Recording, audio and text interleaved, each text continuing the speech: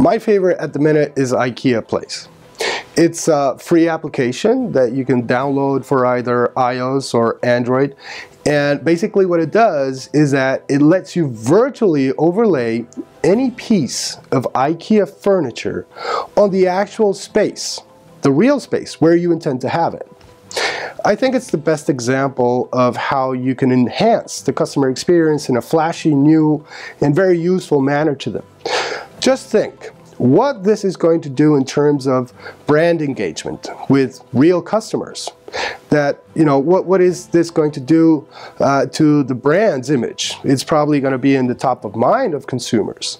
And also what these customers are going to get from it. All the PR buzz that is getting and how this is going to affect the path to purchase. Now customers can know in advance what the result is going to be, and that's definitely going to lift their confidence in the purchase. And ultimately, it's going to make them trust the brand, which will eventually will lead to a higher loyalty. Actually, well done IKEA. If you haven't tried this yet, I suggest that you do. IKEA Place, it's free. You can download it today and have a taste of the future.